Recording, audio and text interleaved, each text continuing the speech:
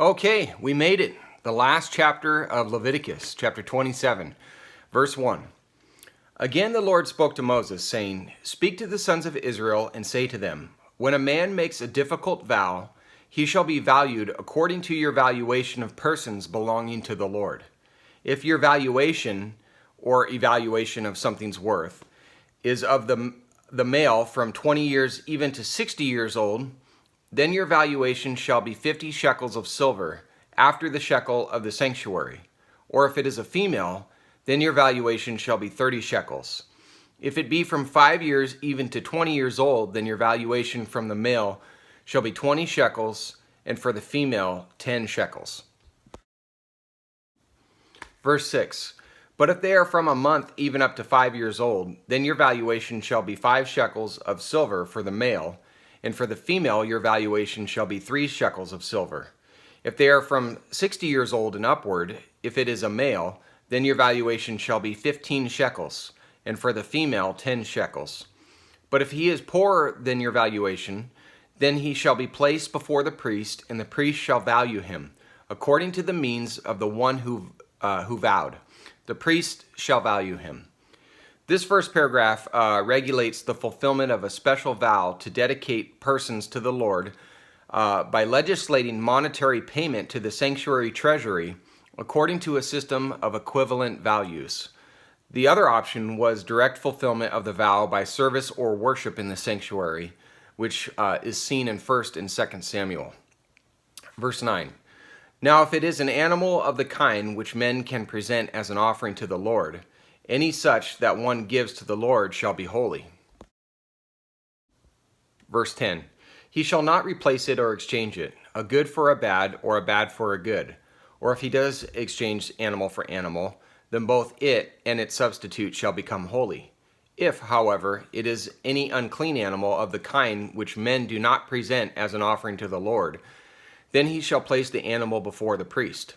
The priest shall value it as either good or bad. As you, the priest, value it, so it shall be. But if he should ever wish to redeem it, then he shall add 1/5 of it to your valuation. Regulations were given regarding vows to give animals to the Lord, acceptable and unacceptable. Acceptable animals could not be redeemed by money or other animals, but animals not suitable for sacrifice could be redeemed by paying the amount of the priest's appraisal plus 20%. If not redeemed, an animal apparently went to the priest. Verse 14. Now if a man consecrates his house as holy to the Lord, then the priest shall value it as either good or bad. As the priest values it, so it shall stand. Verse 15. Yet if the one who consecrates it should wish to redeem his house, then he shall add 1/5 of your valuation price to it, so that it may be his. A house apparently in a walled city could be dedicated to the Lord, set apart as holy, to be used by the priests. It could be redeemed with the standard 120% payment. Verse 16. Again, if a man consecrates to the Lord part of the fields of his own property, then your valuation shall be proportionate to the seed needed for it, a homer of barley seed at 50 shekels of silver. If he consecrates his field as of the year of Jubilee, according to your valuation, it shall stand. If he consecrates his field after the Jubilee, however, then the priest shall calculate the price for him proportionate to the years that are left until the year of Jubilee, and it shall be deducted from your valuation. Verse 19. If the one who consecrates it should ever wish to redeem the field, then he shall add 1/5 of your valuation price to it, so that it may pass to him. Yet if he will not redeem the field, but has sold the field to another man, it may no longer be redeemed. And when it reverts in the Jubilee, the field shall be holy to the Lord, like a field set apart. It shall be for the priest as his property. The dedication of family land was more complicated. The system of evaluating land began with the cost of the amount of seed required to plant it for 49 years, corresponding to the year of the Jubilee. Then it was discounted according to the number of harvests left until the next year of Jubilee. Redemption required payment of the adjusted evaluation plus 20%. Verse 22. Or if he consecrates to the Lord a field which he has bought, which is not a part of the field of his own property, then the priest shall calculate for him the amount of your valuation up to the year of Jubilee, and he shall on that day give your valuation as holy to the Lord. Verse 24.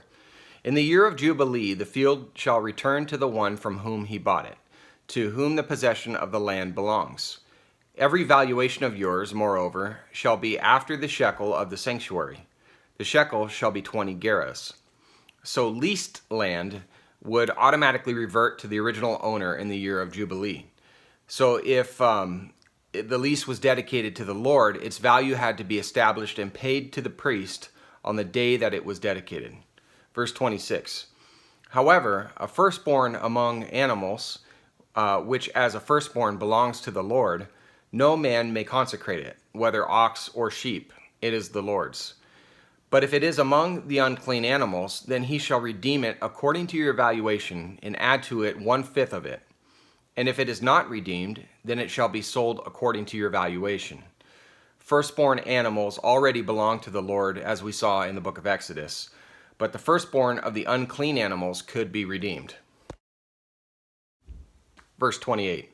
Nevertheless, anything which a man sets apart to the Lord out of all that he has, of man or animal or of the fields of his own property, shall not be sold or redeemed. Anything devoted to destruction is most holy to the Lord. No one who may have been set apart among men shall be ransomed. He shall surely be put to death. These vows were likely limited to national contexts and would not be made by individuals. It had to do with defeating their enemies. Verse 30. Thus all the tithe of the land, of the seed of the land, or of the fruit of the tree, is the Lord's. It is holy to the Lord. If, therefore, a man wishes to redeem part of his tithe, he shall add to it 1/5 of it. For every 10th part of the herd or flock, whatever passes under the rod, the 10th one shall be holy to the Lord. Verse 33. He is not to be concerned whether it is good or bad, nor shall he exchange it. Or if he does exchange it, then both it and its substitute shall become holy. It shall not be redeemed. These are the commandments which the Lord commanded Moses for the sons of Israel at Mount Sinai. So that'll complete the book of Leviticus, but we're going to do a quick recap here, so stick around. Okay, the book of Leviticus was the first book typically studied by a Jewish child, yet is often among the last books of the Bible to be studied by Christians. Today's readers are often put off by the book's lists of laws regarding diet, sacrifice, and social behavior.